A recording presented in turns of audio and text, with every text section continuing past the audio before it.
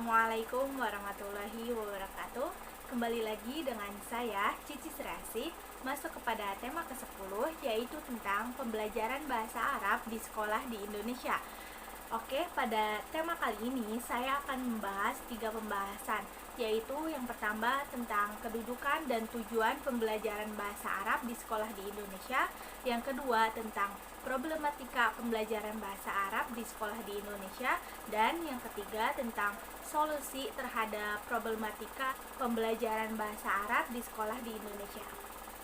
Oke, langsung saja. Pertama saya akan menjelaskan tentang kedudukan dan tujuan dari pembelajaran bahasa Arab di sekolah di Indonesia. Pertama, kedudukannya di sini, mata pelajaran bahasa Arab di sekolah di Indonesia ini adalah sebagai bahasa asing. Dengan demikian, tujuan pembelajaran, kurikulum, konten, media pembelajaran, metode pengajaran, dan evaluasinya harus diarahkan dan sesuai dengan kedudukan bahasa Arab sebagai bahasa asing. Adapun tujuannya itu terdiri dari 3.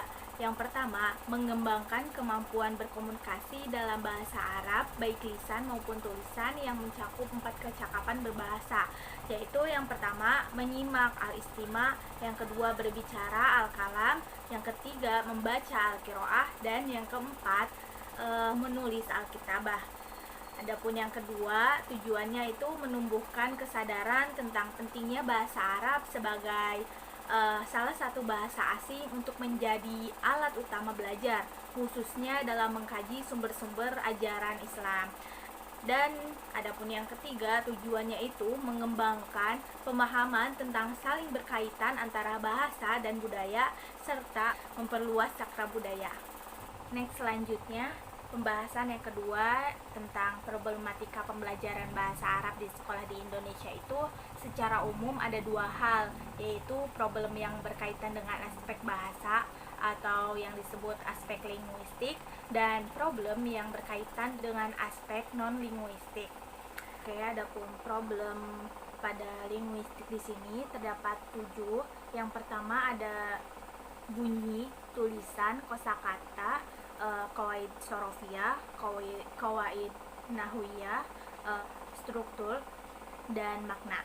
Pertama, pada bunyi di sini berkaitan dengan mahroj, mad, sukun, tahjid, lam syamsiyah, lam qamariyah. Yang kedua, pada tulisan berkaitan dengan bentuk huruf awal, tengah, akhir, mulai dari kanan. Yang ketiga, pada kosakata kaitan dengan murodif, mudoh, mustarak.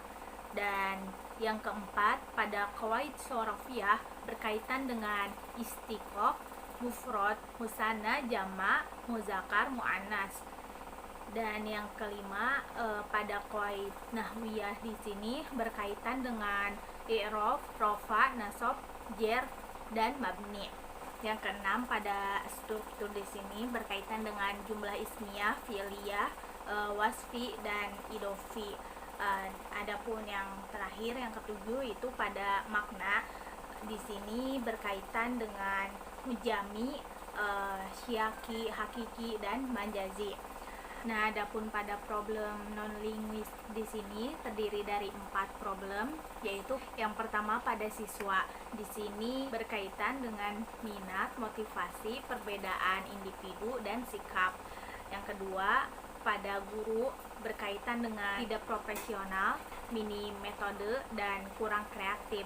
Yang ketiga, pada sistemnya ini berkaitan dengan kebijakan politis, materi atau kurikulum, tujuan, jam pelajaran, sarana, dan lingkungan belajar. Dan problem yang keempat yaitu pada faktor sosiokultural. Lalu bagaimana sih untuk mengatasi problematika tersebut?